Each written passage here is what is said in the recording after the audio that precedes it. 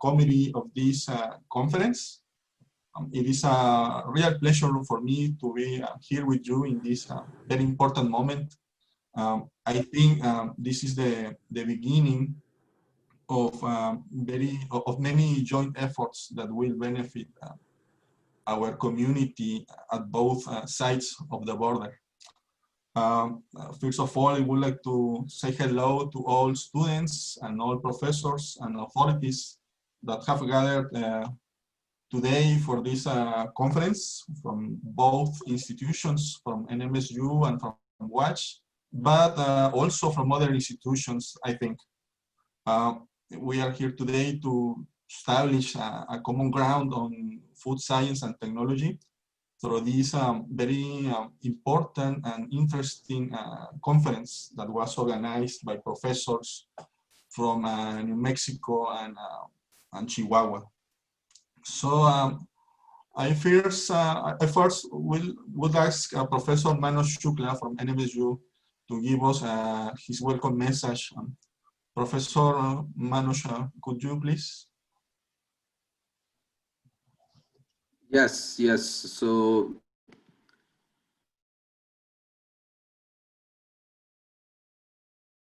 are you able to see my screen? No, I believe either Brando, you need to stop sharing your screen. Yeah. So yes. Manoj, Professor That's Manoj it. can. Yes, thank you. That's it. Can you see it now? Yes. Yeah. Okay, perfect. So first of all, good morning, everyone. And, thank you to all of you, the organizers, for giving me an opportunity to come and talk to you. New Mexico State University, certainly the relationship and improving our relationships further with Mexico and also with the other countries in the North America or South America is a very big and top priority. Let me just briefly talk about the New Mexico State University. Many of you already know it's a land grant, space grant, and Hispanic serving institution. And the basic mission is to serve the diverse needs of the state. Of course, our clientele are very important for us. And since it is a land grant institution, therefore its missions are education, research, and extension and outreach, all three together. But at the same time, the NMSU also aims to foster learning and create a diversity and inclusion. And at the same time, we want our students to have an upward social mobility, so they progress in their life. And then we definitely want to serve the border community. So where we can help, we want to help, and where our border communities can help us, we are very willing to collaborate with that. There are 7 colleges at NMSU in the graduate school. The colleges are Agricultural, Consumer, and Environmental Sciences, the college that I represent, or some of the members here on this panel, like Efren, Luis, they represent. Then other colleges are Arts and Sciences, Business, Education, Engineering, Health and Social Services, and Honors colleges. Little bit about the College of Agricultural, Consumer, and Environmental Sciences. Dr. Rolando Flores is the Dean of the college. And essentially, ACES, the College of ACES, is an engine for economic and community development for the entire state. And again, the same 3 missions: academic, research, and extension programs. These are the ACES pillars for further development. And most of these research and education is centered to enhance our expertise or provide our expertise to other institutions.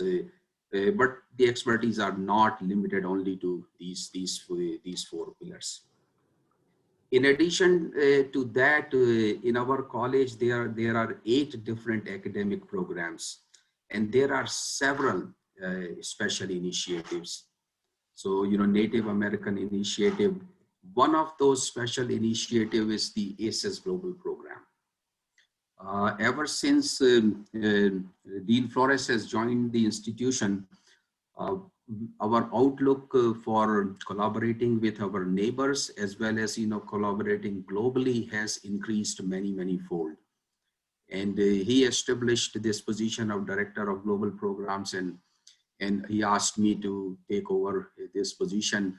And since then, the New Mexico State University's leadership's entire focus is also on expanding our global outreach and global outlook.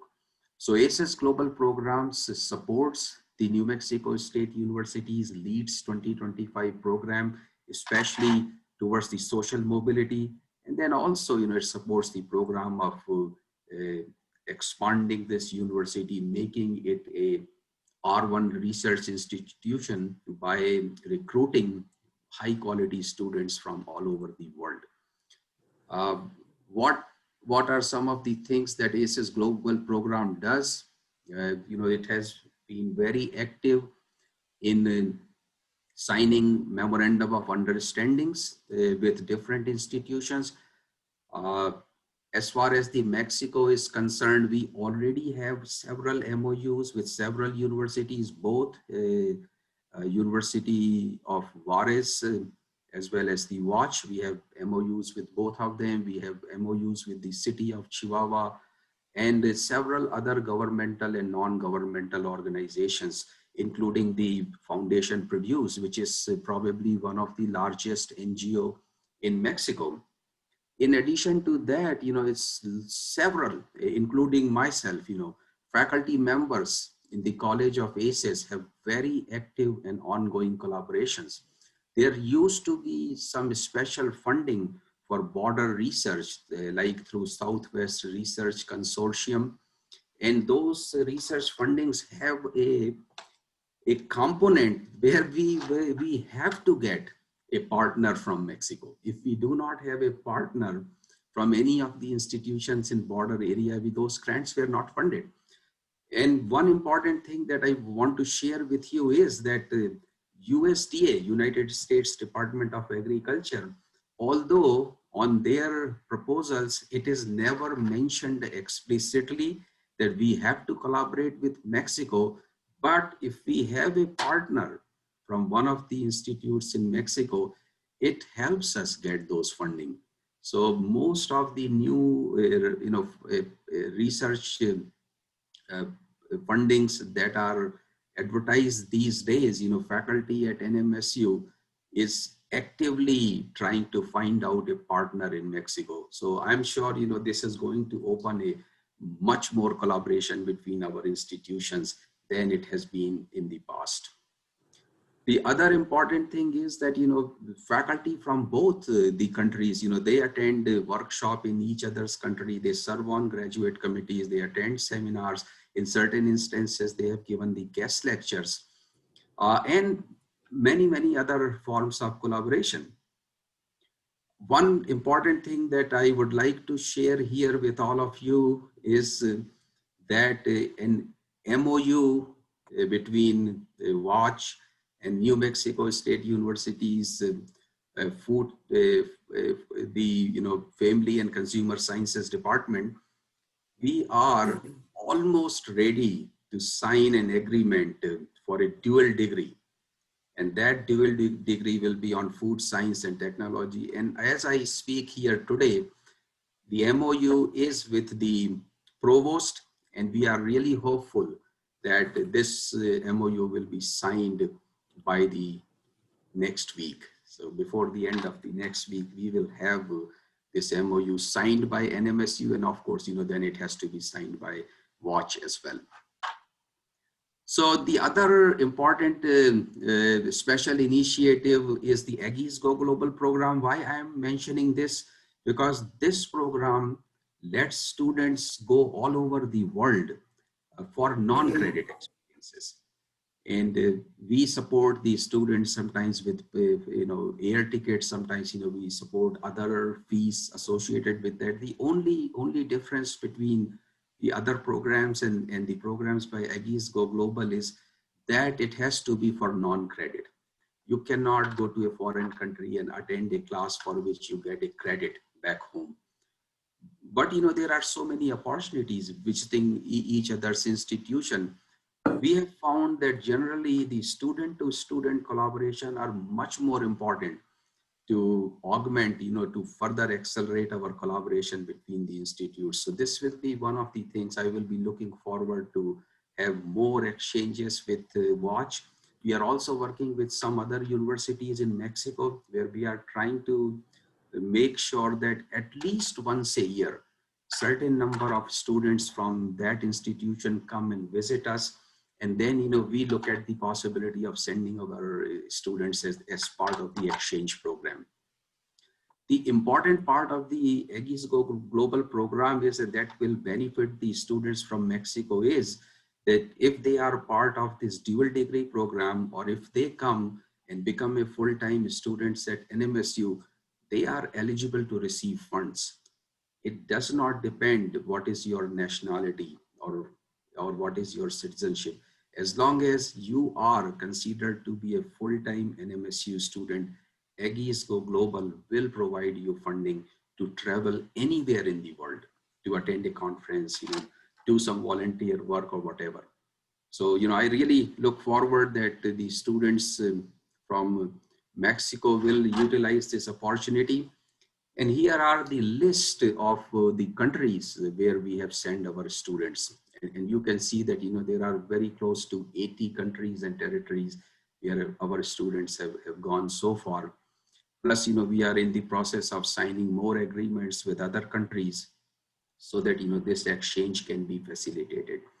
We do many things on reciprocal basis. If our students go to a foreign country and they are provided some facilities like accommodation and other things, so when their students come to us, we also try to reciprocate, those.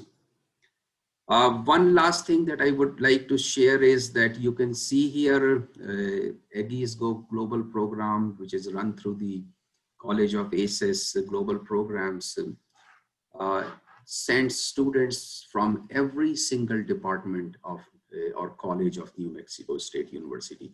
It is not restricted only to the NMSU students. And on an average, we have sent very close to 100 students abroad every year.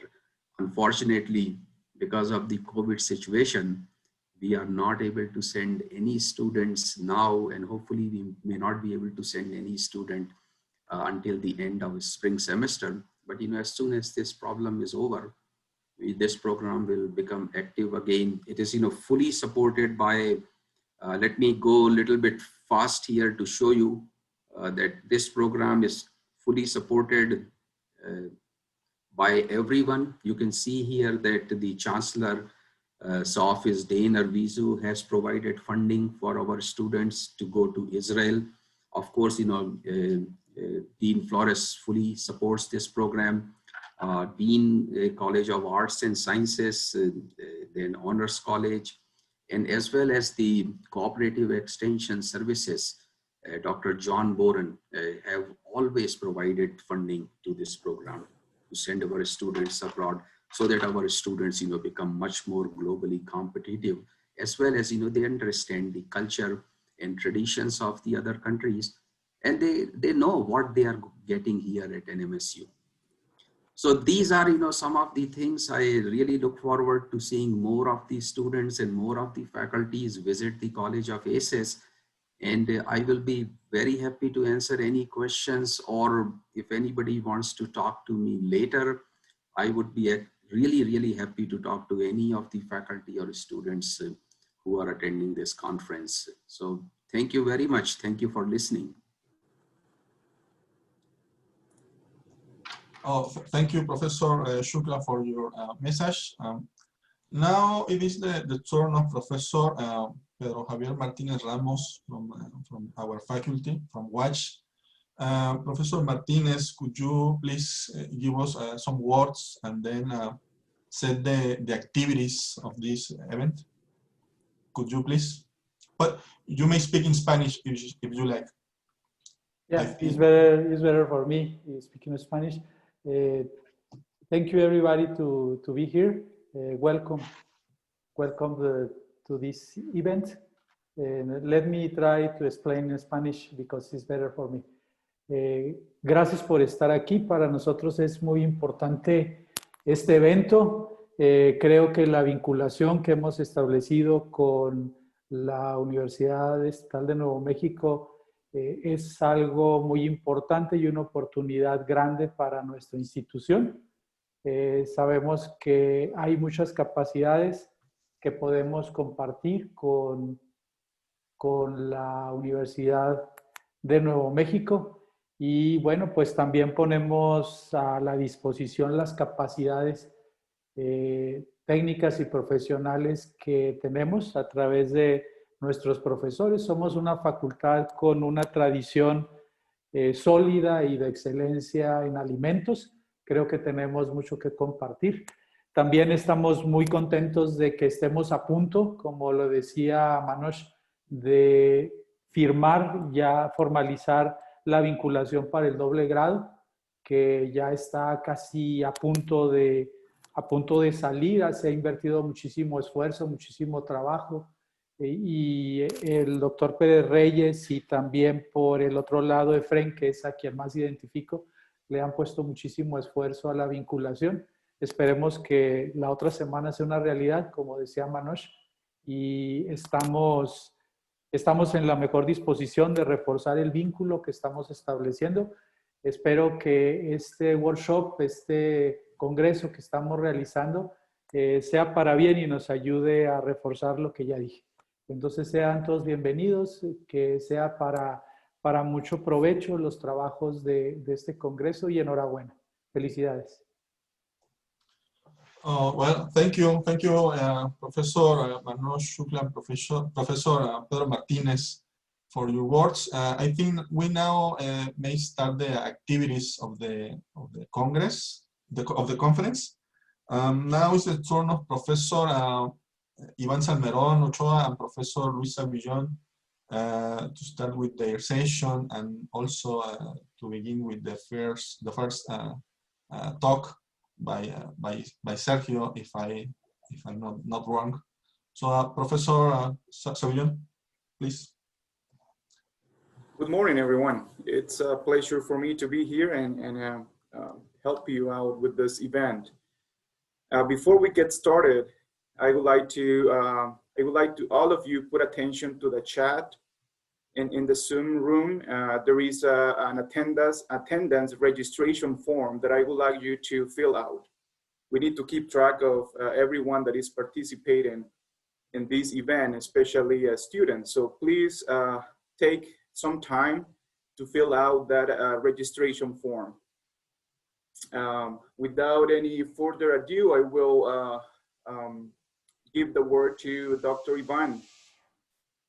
Hello, thank you very much, Luis. Thank you very much for the details you just gave to the students. So it's my pleasure to present our following speaker who is going to give our plenary talk today. He is Dr. Sergio Martínez-Monteagudo, and he will give his presentation with the title Engineering Technologies for Novel Applications in Dairy Manufacturing. Briefly, I can say that currently Sergio is an assistant professor of food bioprocessing in the Department of Family and Consumer Science and Chemical and Materials Engineering Department in New Mexico State University. But going a little bit back with his background, Sergio was probably a student of our university. He earned his bachelor and master degree in Food and Science and Technology in the Autonomous University of Chihuahua. After that, he went over to pursue for his PhD degree, which he obtained in the University of Alberta, Canada, as a bioresource and food engineering. And he obtained this degree in 2013. After this, Sergio has had some positions in other universities, as in Ohio State University in the Department of Food Science and Technology, where he was a postdoctoral researcher, After that, he moved into South Dakota State University as assistant professor in dairy manufacturing.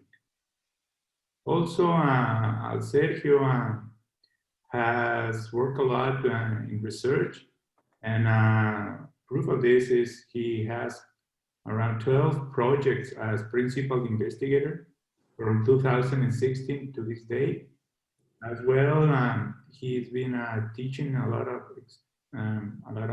courses as an instructor, some subjects as food analysis, brewer science, dairy products, processing dairy products, graduate seminar, laboratory techniques, dairy science, and chemistry and analysis. As well, he's been a supervisor of one postdoc student, one PhD student, and 3 master in science. All of them are graduated by this time. And currently, he's also a supervisor of other students. He has a national research level 1 recognized by the Mexican Council of Science and Technology. He's have 2 inventions of disclosure. He has published at the time 36 articles in peer-reviewed journals, 8 book chapters, and around 60 abstracts that he has presented in conference and symposiums. So, as you say, Sergio has a big background. And well, as I repeat, it's a great pleasure for me to present him today to you. So go ahead, Sergio. Thank you. Thank you, Ivan. Good morning, everybody, and welcome to you all to our first seminar between NMSU and UACH. And I don't really want to have this seminar or my portion to be very professorial in nature, because it's very difficult for those who teach for a living to stop talking. And I know my colleagues here would agree with me that once a faculty start talking, it won't stop. So rather than that, my job is pretty simple today. I want to throw at you some ideas with the hope we can have a conversation around. Because more than ever, we need science-based conversations. We need to put the science in front of everything. There is a lot of misinformation, false statement, and all kind of stuff you can imagine in social media especially. And that's the reason why I think we need science-based conversation. Well, I mean, the topic for today, I'm gonna talk about some of the research that I've been involved over the past few years. Most of them has been done at South Dakota State University, my previous institution, where I work on dairy manufacturing, and most of the work is related to dairy processing. I hope you appreciate the multidisciplinary nature of this research, because it involves physics, engineering, chemistry, food analysis, dairy science, food science, and all that, all with the idea of solving problems that are relevant to industry. And that's an important key to consider, and how we solve those problems. And it can be to utilize byproducts, it can be to improve quality, reduce waste, and all those type of applications. So now let's start with, for today, I thought it will be a good menu for this morning to start with what is my research philosophy. A very brief presentation on that. Then I will talk about particular research that is about synthesized sweeteners entirely from lactose, using lactose that nobody wants in these days and convert it into sugar replacers. Then after that, I want to move on and talking about engineering technologies. That is about how we can use existing technologies or new technologies to improve quality and reduce waste as well. And the next point, I consider myself a kineticist. So I see everything through kinetics, and I'm going to talk about what is the relevance of kinetics in my research. And finally, I will share some final message where we're going with this research in terms for the dairy industry. Okay, let's start with our conversation. The main philosophy of my research work is utilize every single drop of milk. So is in a way, if we use milk as a raw material, and milk all the components that is on that. That's a protein fraction, lactose fraction, fat, and minor components. If we utilize all of them, not only as a milk, but also during the manufacturing. For instance, if we produce a powder, how we can utilize every single component, the byproducts. This is always happen in manufacturing. When we produce a product, there is always gonna be byproducts, always. So how we use those byproducts, how we can take advantage of those streams that sometimes there are large quantities. So with this philosophy, it involves several fields. It involves physics and chemistry, it involves engineering, biotechnology, and my research is right here, right in the middle of the interface of these fields. And this is a simplification because we can add micro even, we can add a lot of other fields, but in general terms, this is where my research stands. And just to provide a context where I am in terms of research. Now, the topic when I talk about is the synthesis of sweeteners. We are living in very interesting times. Before any, I mean, we were hit by a pandemic, but before that we had very big issues to solve as a community, as a scientist, and one of them was obesity. And we know by now that the body mass index that is related to obesity is getting higher than ever before. And I understand there are many factors involved in that: lifestyle, eating habits, economic, culture, so on, and all that, which is quite complex to understand and to figure it out. But from a processing point of view, from a dairy engineering point of view, we can help in this problem.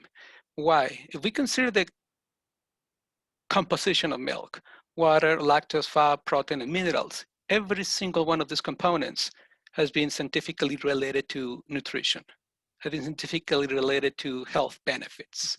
So let's take example of proteins.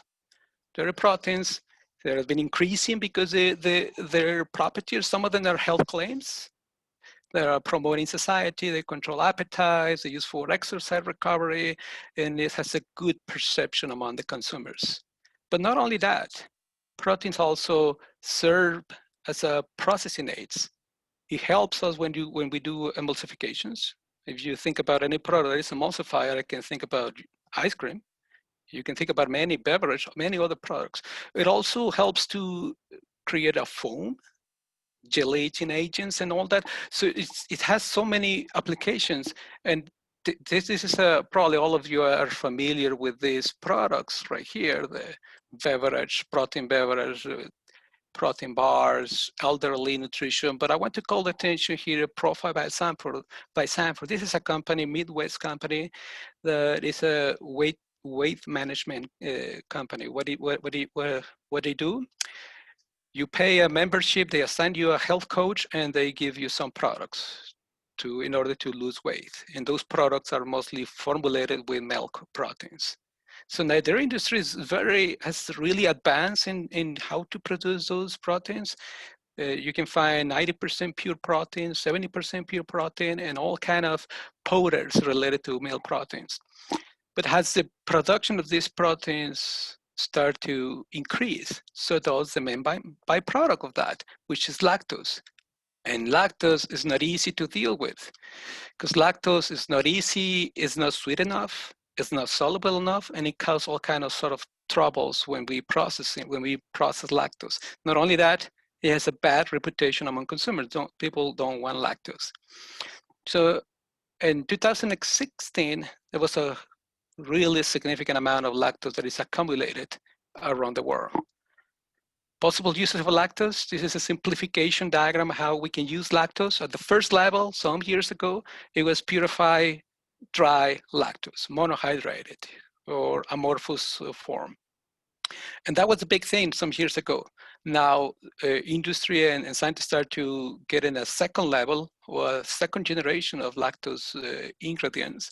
For instance, if you oxidize lactose, you can produce, lactobionic acid. A PhD student of mine was working, she was working on lactobionic acid. If you added a hydrogen, you can produce lactitol, which is a sugar replacer. And you go down the list, lactulose, other products, even ethanol and all that. But what about at the third level? If we produce tagatose, for instance. Tagatose is a rare carbohydrate. And what is the relevance of tagatose? Two main reasons: the sweetness strength and the caloric value. If we compare, if we see this table, some of the common carbohydrates, and we compare the relative sweetness to sucrose, which is a 1 or 100%, and their caloric value. We think about tagatose, it's roughly 90% sweetness comparable to sucrose and only half of the caloric value. This is the reason why we focus on tagatose, because of the tagatose properties. But chemically, it's an isomer of galactose, and probably all you know are familiar with the isomers. The classical example is left hand and right hand. You compare, that's kind of the easy example to talk about isomers. But this is nothing new. Tagatose has been around on the market for quite some time.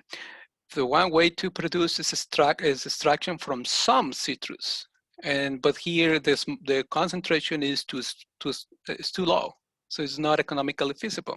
The other process is using enzymatic process, and the enzymes are effective, but they require strict control of pH, strict control of temperature, and the yield at the best is around 20 to 50%.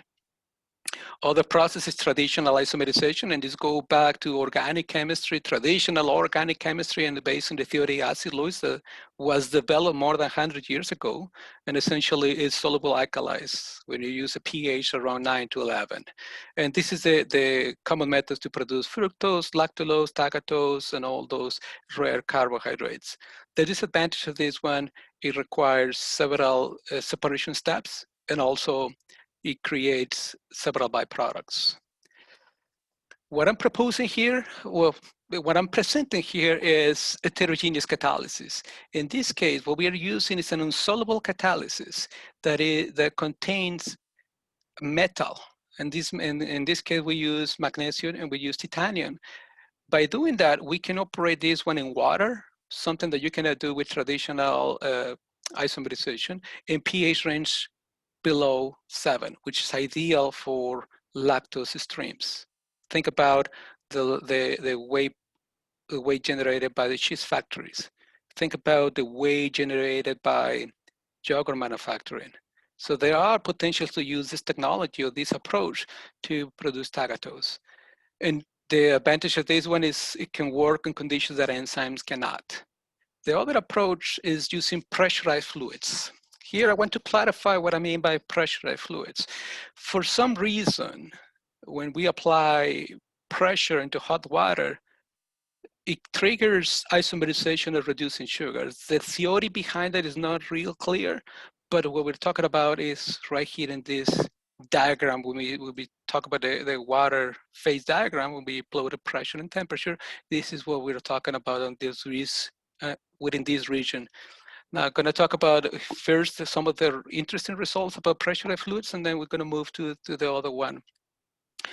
This is an schematic reactor that we use for pressurized fluids to produce tagatose, and it's essentially is a autoclave reactor, a high pressure reactor that it has agitation, and then you can apply pressure on it and extract samples without decompress the vessel, and everything is controlled with a data logger, so we have accurate readings of temperature, pressure, and time.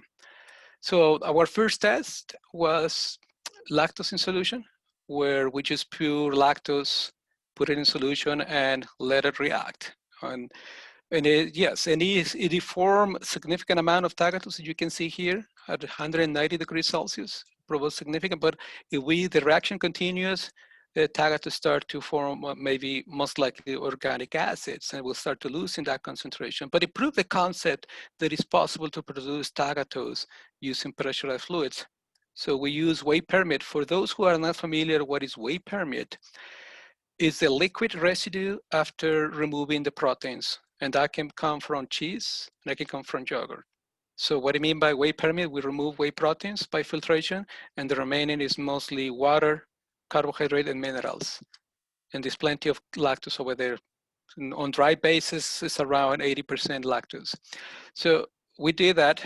We started with lactose, and yes, there is some production. If we go a little bit closer here, lactose, there is some production of lactose to 9%. It's not that high as we expected. And the reason is because it's hard to control the reaction kinetics under pressure conditions. So essentially, we start with lactose, can isomerize to form lactulose, and those can further hydrolyze to form galactose, glucose, and then eventually tagatose and also fructose. If we think about the product distribution at the end of the reaction time, we will have plenty of lactose that is not reacted yet, and plenty of byproducts or unidentified components that must likely be organic acid. So there is potential to use this technology, but it requires a lot more kinetics analysis to find the right conditions at which we can maximize the production of tagatose or other carbohydrates as opposed to byproducts.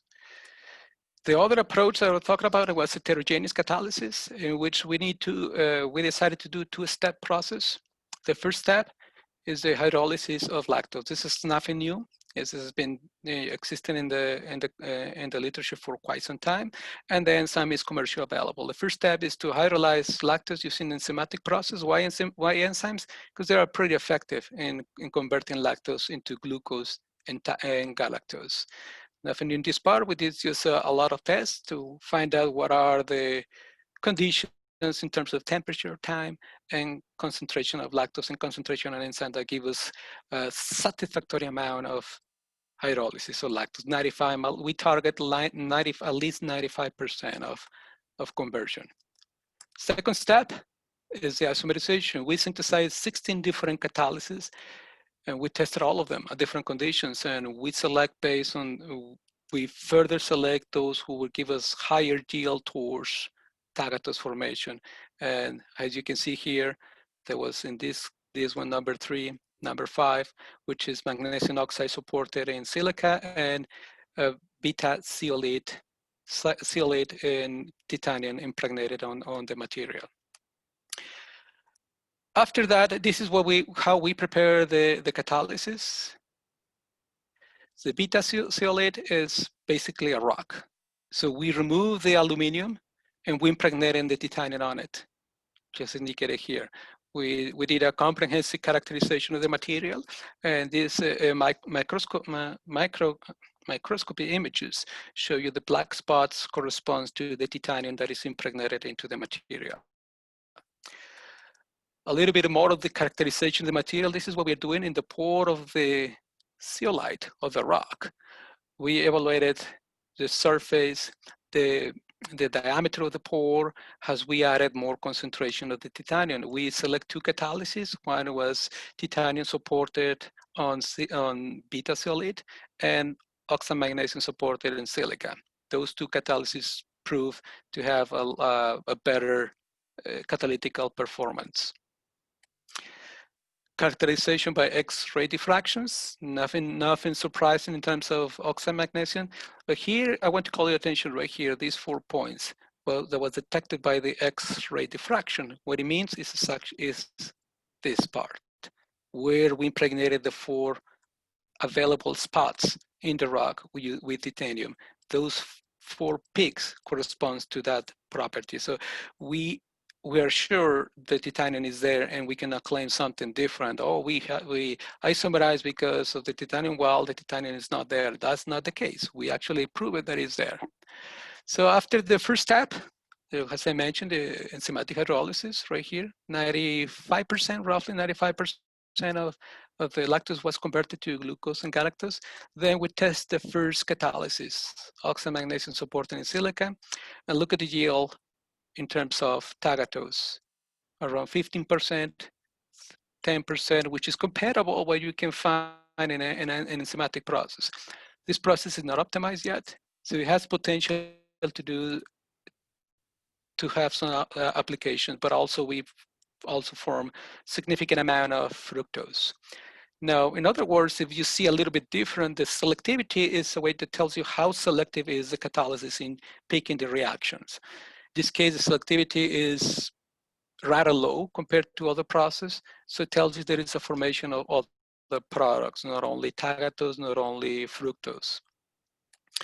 Similar story were found in the other catalysis. The titanium supported in silate after, of course, the first step hydrolysis. We do the isomerization, but look at here, the yield corresponds to tagatose, around 30%. So that is compatible to the enzymatic process. And we do not control the pH, and we don't have a strict control as opposed to the enzyme process. This is what it matters right now. If we use, instead of using lactose in solution, let's do it with real byproducts. On this side, you can see lactose monohydrated, which is essentially pure lactose put in a solution and hydrolyzed and then isomerized. This one is sweet weight permeate. What is sweet weight permeate? The weight coming from the cheese factory. You can remove the proteins, dry the proteins, and get a whey protein concentrate. And the remaining is sweet whey protein. Acid whey protein is the one coming from acidification process, has yogurt, for instance, sour cream, and other products similar to that. Look at the amount of tagatose form. Look at the amount of fructose form. And this is highly relevant in terms for this. If we measure the composition, the distribution of products at the end, remember, we started with one carbohydrate, lactose. And at the end of the process, we ended up with 1, 2, 3, 4, 5 carbohydrates that in total, in combination, has a lot more sweetness than the lactose itself. And the other part we want to avoid is unidentified components, which most likely are organic acids. By using the catalysis, look at this, the amount of byproduct form, minimal. Another process, of course, it depends on the matrix, but you can have larger quantities of organic acids. So this is highly relevant because once you have a syrup that is mainly composed of carbohydrates, you can manipulate the reaction kinetic to increase the concentration of one over the other one, and also purify or concentrate that one and use for the subsequent process, adding to an ice cream, adding to a beverage, or something like that. We were very excited about this. We scale up this process because all the previous results that I'm showing were at lab scale.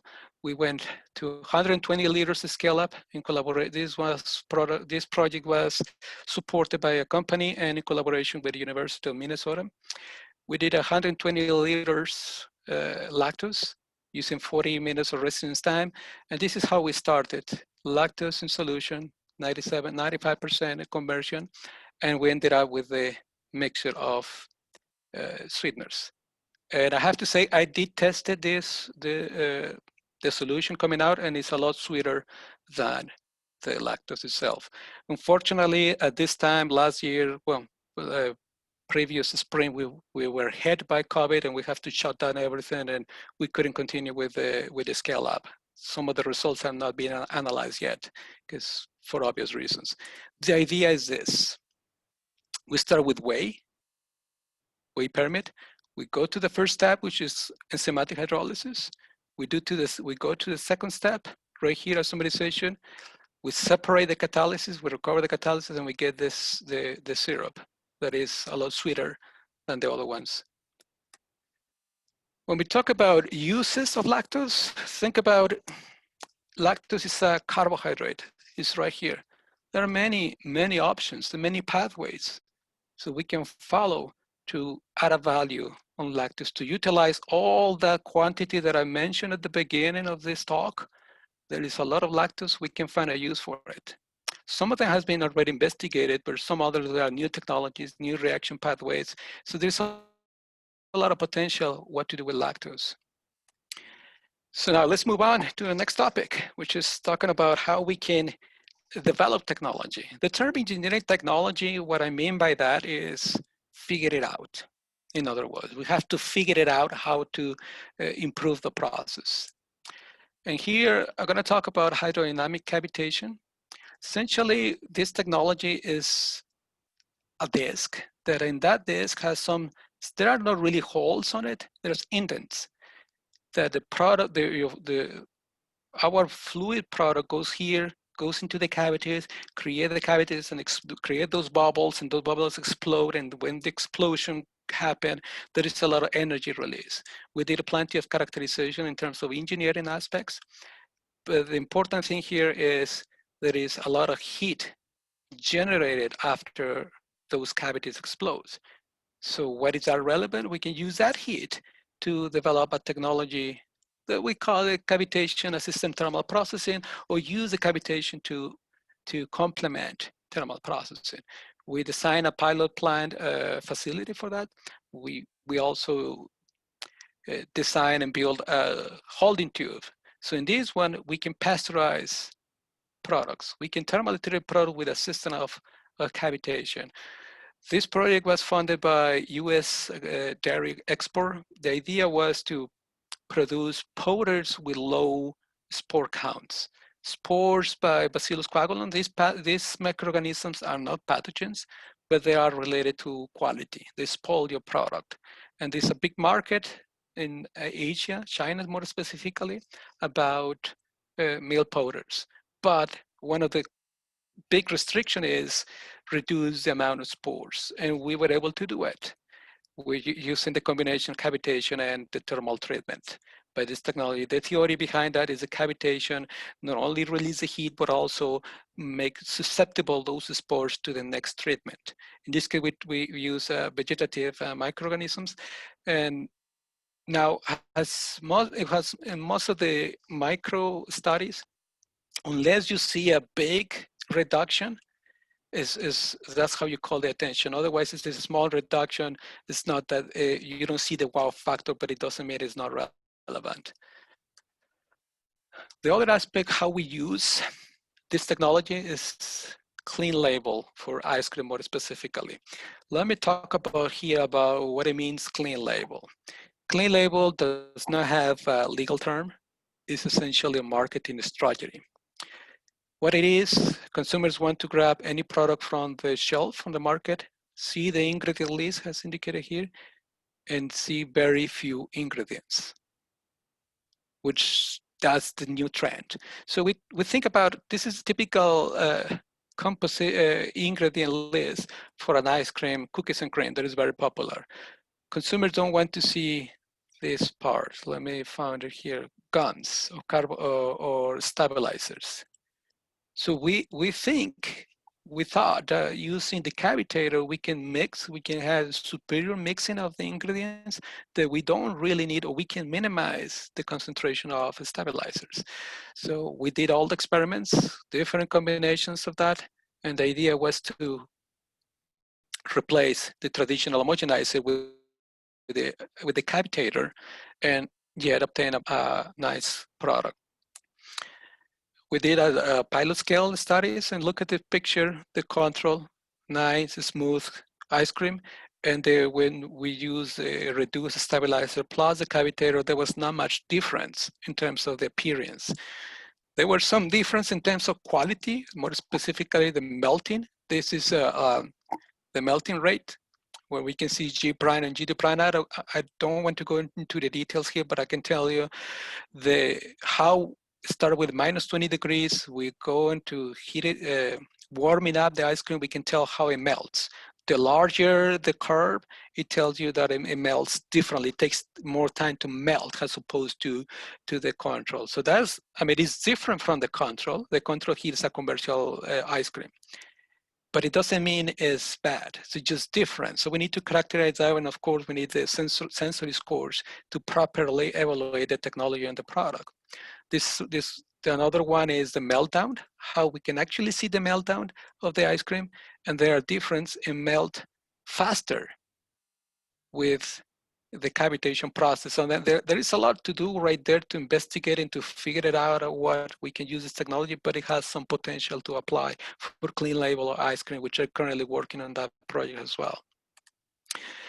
Another technology is high pressure homogenization for the same reason, using as a clean label process.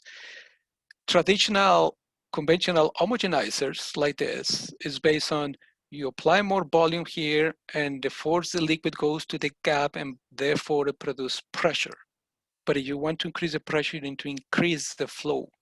High pressure homogenization, what it does is playing with the geometry in the here, right there in the gap. So you have more volume to accommodate the flow coming in, and therefore you generate higher pressures.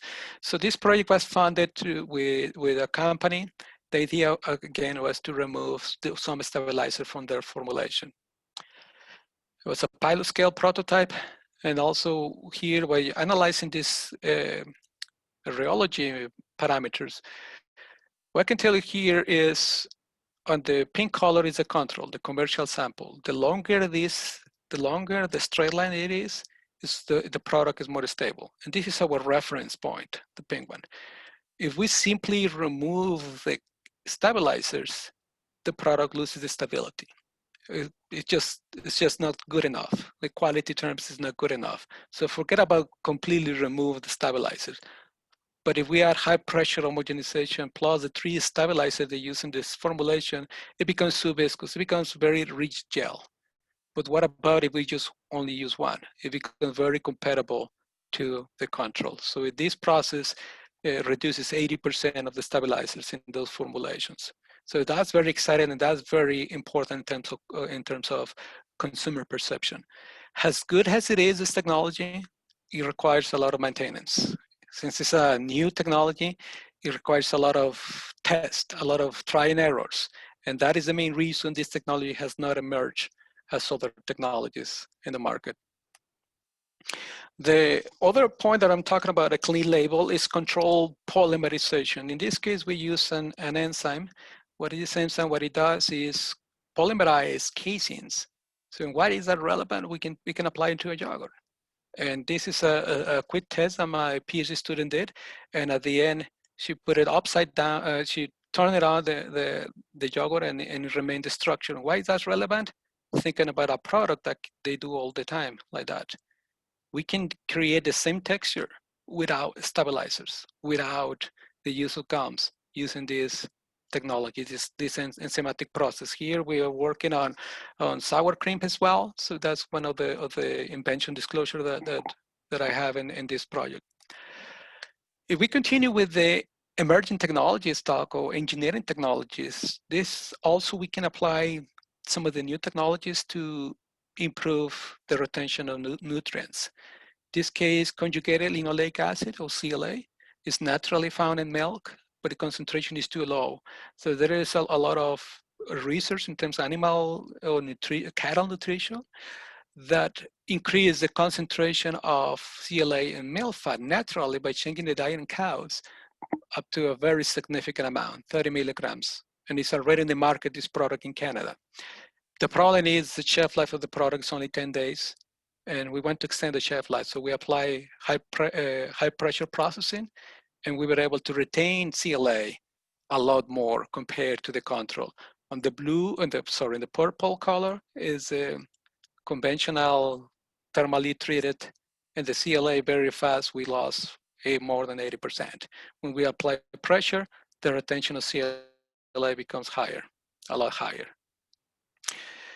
With this technology, we can essentially evaluate a lot of quality parameters, and we can create a diagram in which we can map our process. Let's see, for example, point A here in this diagram. We have pressure and we have temperature. After 3 minutes of holding time, we can find the conditions in which we inactivated the enzymes, as typical it is in milk. We retain 80% of the CLA. We reduce 5 logs of spores, which is a sterilized product, and we have less formation or acceptable formation of lactulose, similar to UHT. So in that way, we can generate a product of functional milk or nutritional milk. Now, there are other changes that happen. This is a picture of the milk treated with pressure, and this is a picture of the milk treated with conventional thermal treatment. Although the bottom part looks really white, it has more oxidation than the one that looks yellowish. So essentially what we have done is change some of the reaction kinetics that happen in milk that we do not understand yet. There's a lot of research that can be going on in that aspect. Next point, I'm going to talk about the kinetics. As I said before, I consider myself a kineticist, and this is the point. What it means kinetic is find the optimum time. For example, bacterial growth. If we want to prevent bacterial growth, we need to find the minimal time at which those bacteria can grow. The other way around. What about if we want to inactivate it? We need to find a time that need to inactivate those microorganisms. What about the formation of toxic compounds? We want to minimize those. And we go to down the list, destruction of bioactive compounds, loss of texture, formation of allergen, all that, we can put it all together to find the minimum time based on kinetics. Based on this idea, I started working on isoconversion kinetics, that is essentially oxidation, milk fat oxidation, where we can analyze different aspects of how oxidized milk and do some simulation, and we figured out how some fatty acids can oxidize faster than other ones. In a similar way, we utilize a wastewater generated by the ice cream, which is for 1 kilogram of ice cream, we generate 6 liters of wastewater due to cleaning. And what about if we hydrolyze that when it contains significant amount of protein on dry basis? If we hydrolyze and recover those peptides, we did that.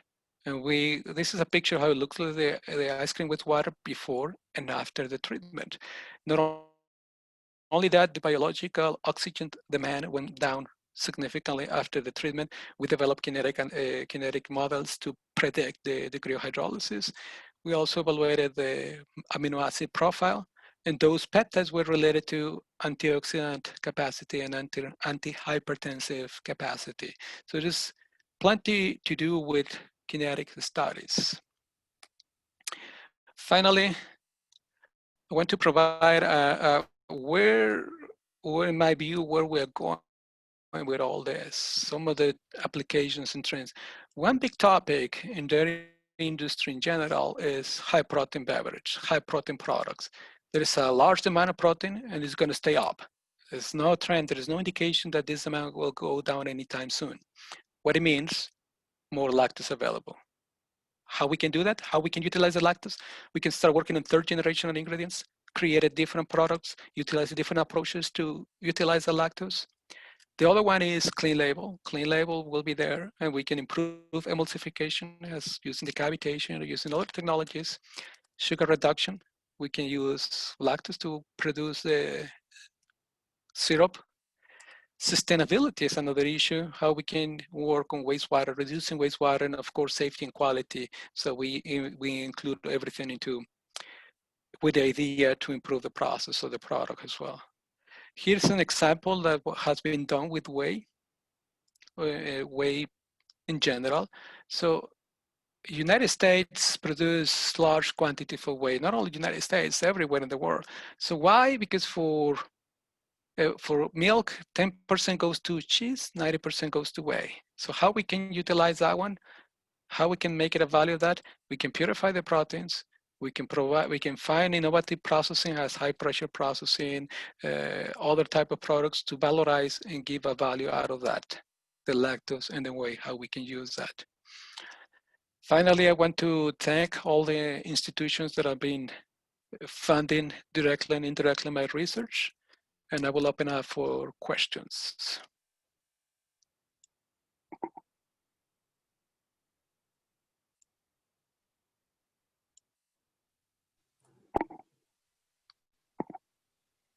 Thank you very much, Sergio, for your talk. Very, very interesting.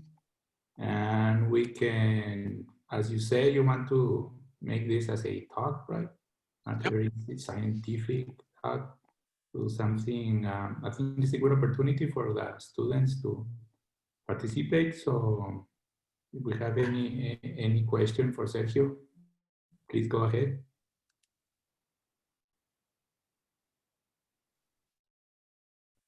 I can start questioning myself. That's not a problem. That's what we do as faculty, right? We question everything. I have one for you.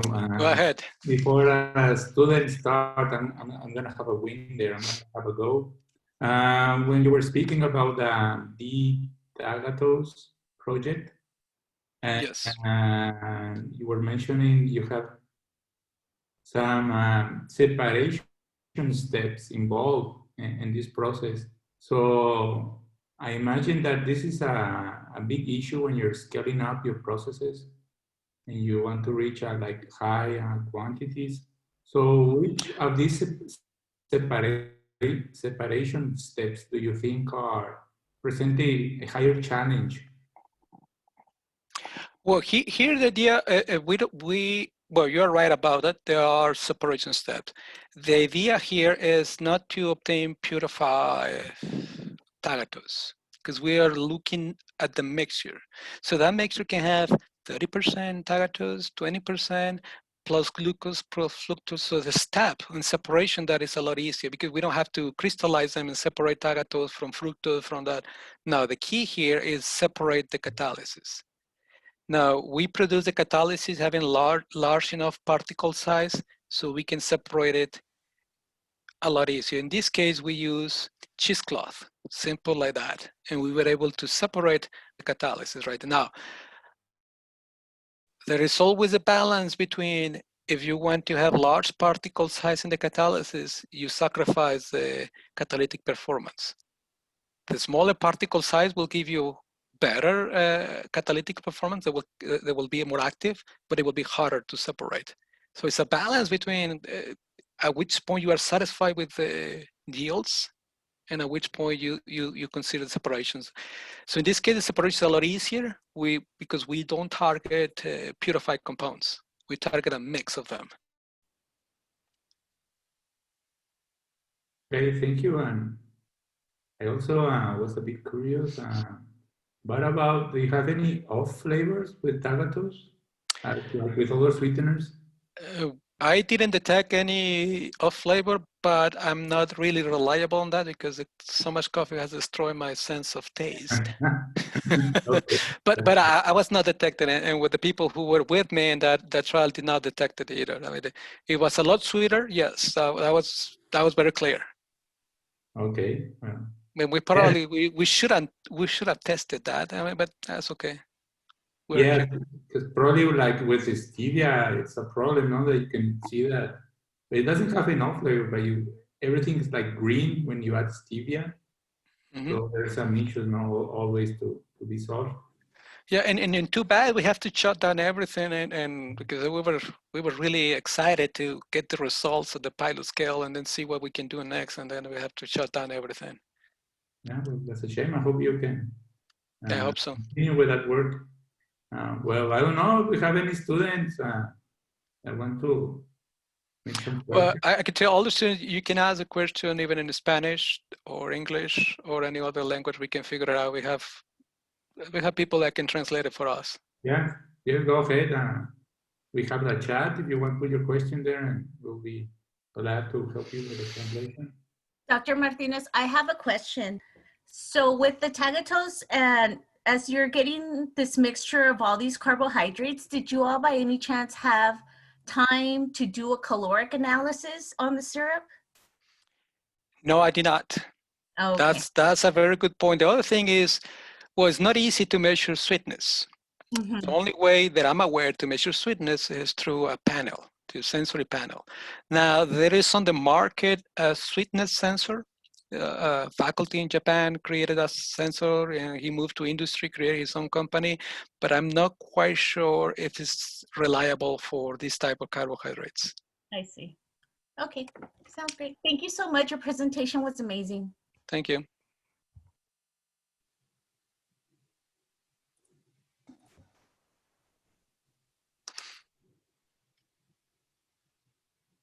Hi, Sergio. Good morning. Hi, good morning, Nestor. How are you? Great. How are you? Doing good. Always is a pleasure to see you and to see your presentations because there is a very interesting topic that you are presenting on lactose and lactose derivatives. And I only have one question for you. That is, what do you think are the main challenges that are facing the dairy industries today, from your point of view? What do you think are the main challenges of this industry? Well, I think the main challenge they're facing is consumer perceptions. And for some reason, you blame lactose for everything. I can tell you the example of my brother that is eat everything and then drink a glass of milk. Say, oh no, it's lactose. That's cream some problem. Well, what about all the things you ate before that? So it's a lot of perception. But it's funny enough because consumption of fluid milk is declining more than ever. But production of milk is higher more than ever. So where that milk is going from, I mean, you consume less, but you still producing more.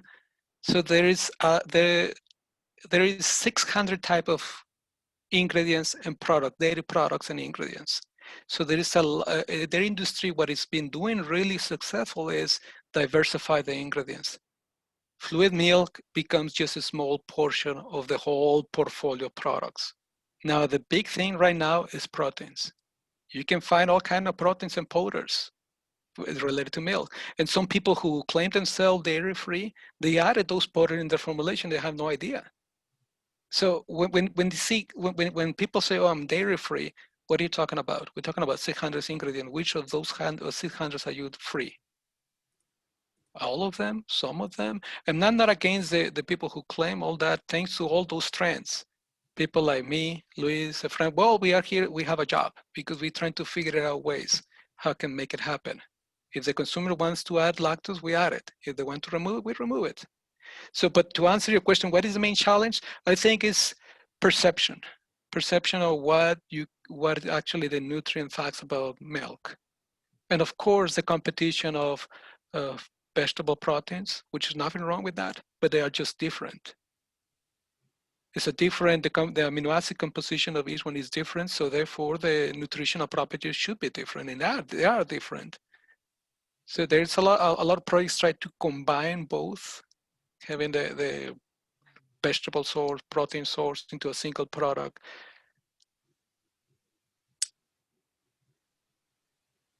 Thank you, Sergio.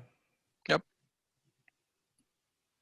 I have a question too. Go ahead.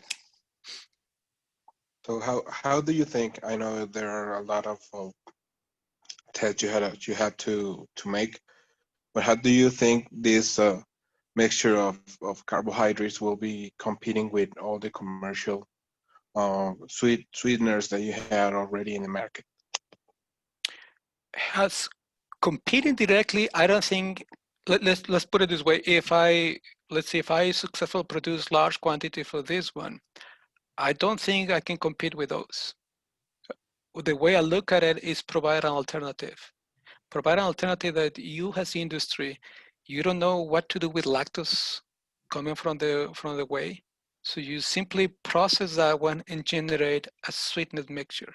You can add that portion into your products, or you can concentrate it and use it for candies or something else.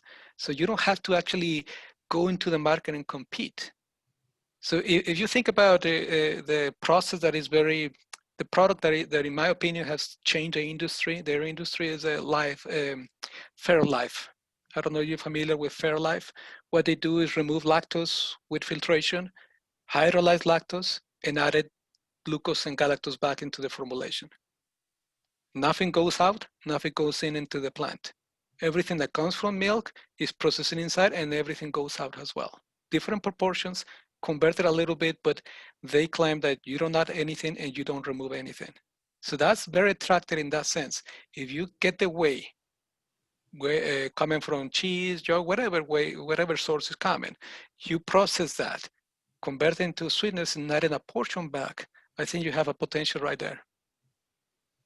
And you don't have to compete with the traditional purified sweeteners. Yeah, that's right. That's a great way to see it. Thank you. You're welcome.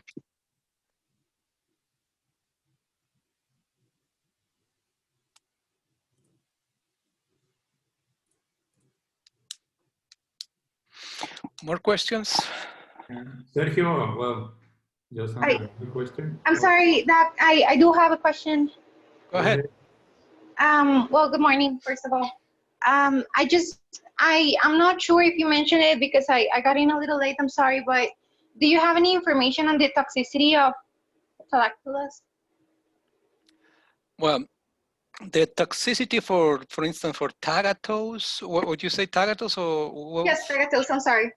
Well, there's no toxicity at all. I mean, it's been approved by FDA, and the problem is it's kind of difficult to produce because enzymes are very expensive and the process is expensive. But I don't think there is any different the toxicity like galactose, for instance.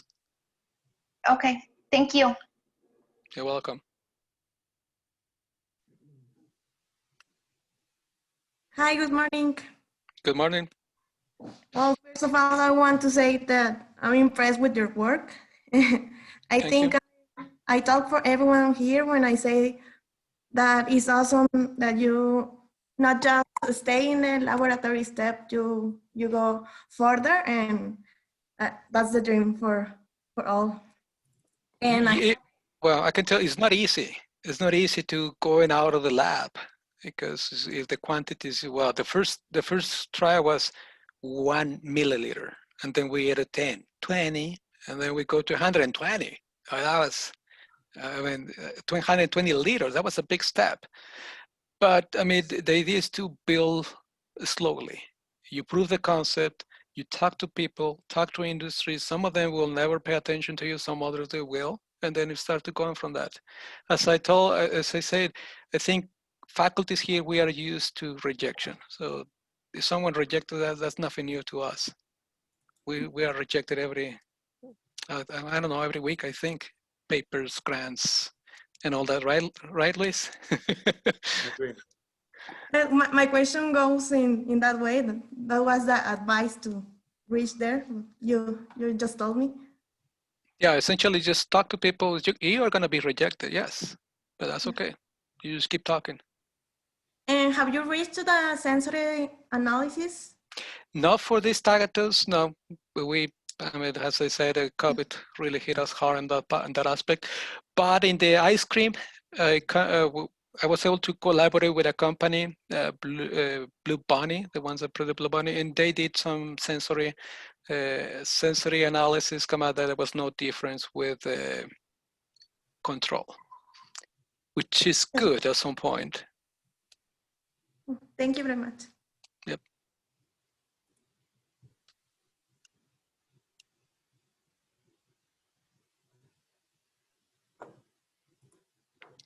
I have a question here in the chat.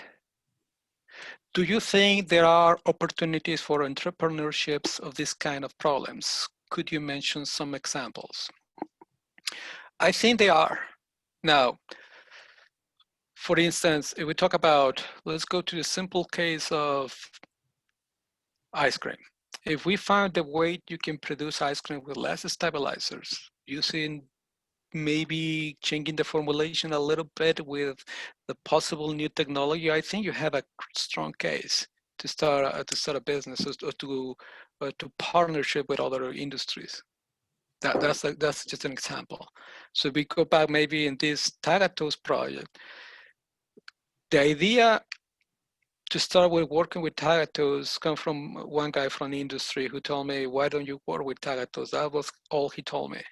And then I said, okay, I have no idea what is tagatose, and start to investigate it and say, okay, we can do this, we can do that. And since then he's been supporting a little bit. So it's a lot of communication in this. Once you prove the concept, you have to be patient because it might take a lot of time to go in the next step. I have another question here in the chat. It says how safe it is for diabetic patients and people with lactose intolerance. Okay, the syrup mixture has, I believe, less than 1% of lactose on that. So I'm not quite sure what is the definition of lactose free. You need to be below 0.5% to claim that it's lactose free.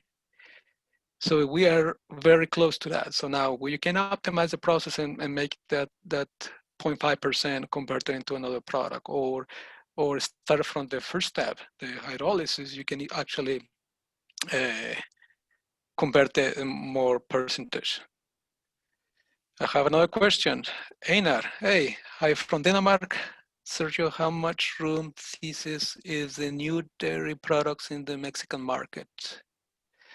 Do you think there is a novel technology you apply in Mexico? I think, firstly, it is a little bit unfortunate that in Mexico, the whey and lactose is still a problem. Well, most of the cases, the whey coming from cheese factory, you just simply filtrate it and remove the proteins. That's the advantage. But in Mexico, still that technology is not developing. I think in Latin America it's a problem. So start with that, with a filtration system that you can recover the proteins and fractionate, selectively separate the proteins from lactose and minerals. That's a way that the technology is ready. You just need the investment. Now, in terms of new technologies, this cavitator is very simple to apply. Now, the idea is how you understand that. And it's good to hear from you, Einar.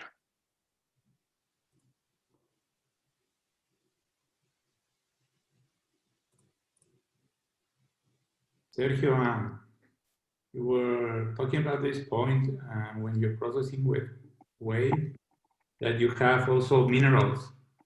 I was in a visit in a plant here in the region, and what they do, they throw away these minerals into the waste stream. In your experience, are there any use for these minerals? Is it viable or economical feasibility to use these minerals? Firstly, at this point, I don't think it's economically feasible because the concentration is quite small. It's too low, but there's potential. Kind of remember a project some years back that those minerals were related to salt reduction. You can add it into other formulation in combination with some peptides, and you have the sensation that is salty. It has a salty perception, so you can use it for salt reduction. So another aspect of using those minerals is to add it back into a formulation, for instance. So I remember there was a project that was not funded. I was not part of that used those minerals and compared to traditional, to the salts that we are used to that, and see how they are in terms of viability. So that could be another area to explore, minerals. And essentially milk is mostly calciums, and that's essentially calcium. That's what you find in milk. Yes, and this will help you reach your main idea, what you say is have zero waste, right, in your process, daily processes. Yeah, the idea is to utilize every single drop of milk. That's the philosophy. Go ahead. No, I just had an idea with this lactose breakdown to the sugars. Can some of these new technologies be applied to that? Or is it only by catalysis that you can separate lactose? Hello, good morning. I think you can apply, well, the technologies in terms of filtration and all you can apply in many products. Now the catalysis, this one was designed to convert carbohydrates, reducing sugars. I did not invent the technology. That's technology coming from biofuels, were developed when the biofuels was the hot topic. They developed this technology, they mature the technology since you can take it and synthesize it. I have to say, I didn't invent that. I just applied it into some twists here and some twists there. But the technology is basically a summarization of carbohydrates. Now, there are other reactions that can happen, and this is very important because these catalysis are not commercially available. Now, the point is, when you purchase a catalysis, they are highly pure and they are very effective. You use it and they produce selectivities of 99%, 98%. But if you use it in a different environment, you essentially destroy the catalysis. You contaminate the catalysis and they will not work. This one is so broad, so robust, that it can basically react in any environment. pH does not bother the catalysis. Protein maybe a little bit, but it's so robust that it can react. As opposed to you go to commercial one that are highly pure And if you use it in small amount, they can create very high yields. But any contaminant, any impurity will really affect the whole process. Okay, and have you made any tests about how many times can you reuse this catalysis? We did it 3 times. We did it 3 times, record the catalysis, did it 3 times, and the activity went down a little bit, but we didn't continue more than that. We ran out of funds, and the person who was doing that moved to another institution. I was a postdoc working with him. He moved to Canada, so and no funds, no people. Start over again. So I think that's a very interesting area, like to get involved chemists, right, to develop this new kind of catalysis. Yep. Yep. I mean, that's the main reason. I mean, this one, it has to be a chemistry-oriented person.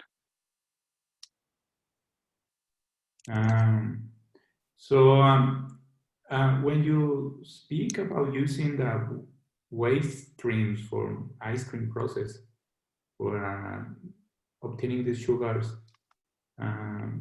what waste streams are you talking about, or where do they come from? Weight pyramid most likely is the main topic. Weight pyramid comes from, well, let's start from the very beginning. You start with milk, you produce cheese, there is plenty of whey. That whey contains whey proteins, lactose, minerals, and a little bit of fat. So you microfiltrated that, remove the fat. Microfiltrated, nanofiltrated, remove the whey proteins. What is left? Lactose and minerals. And on dry base, it's around 80% lactose. So it's a lot of lactose going into the streams from whey pyramid. That's the term that you can find in whey pyramid is after you remove the proteins.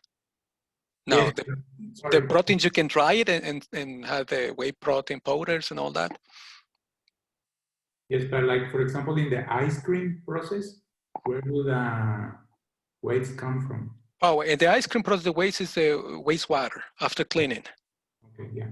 That's a different type of, this is, the lactose is byproduct, and in the case of ice cream, is waste. Yeah. Now, that's another challenge, because if you utilize the wastewater from ice cream and convert it to a product that you can use, the fact that calls waste, that will create some problems if you try to commercialize those products into human consumption. You can do it to animal feed, fertilizer, something else, but going into the human consumption, that will be a little bit of a challenge, because the fact that coming from waste, the name waste, that will create some problems. Yes, well, that's a big challenge, right? For example, like you have a SIP cleaning process, like CIP, yep. There's no handling there by humans, so I don't think it's a problem. Yep, that will, imagine if you recover the proteins or even the fat, because you can recover fat and can you utilize that fat coming from the waste water? The key word here is waste, because if you call it byproduct, that's okay in terms of perception. Yes. Well, I think time is about to finish. I don't know if you have any last remark you want to mention about this. No, well, I want to thank the organizers, and as I said at the beginning, we need science-based conversations.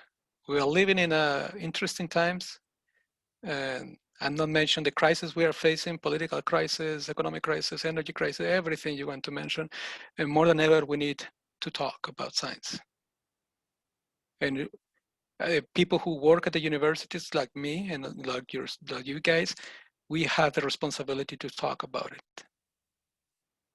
Of course, I'm not going to talk about democracy because that's not my field. I'm going to talk about food. That's what I know.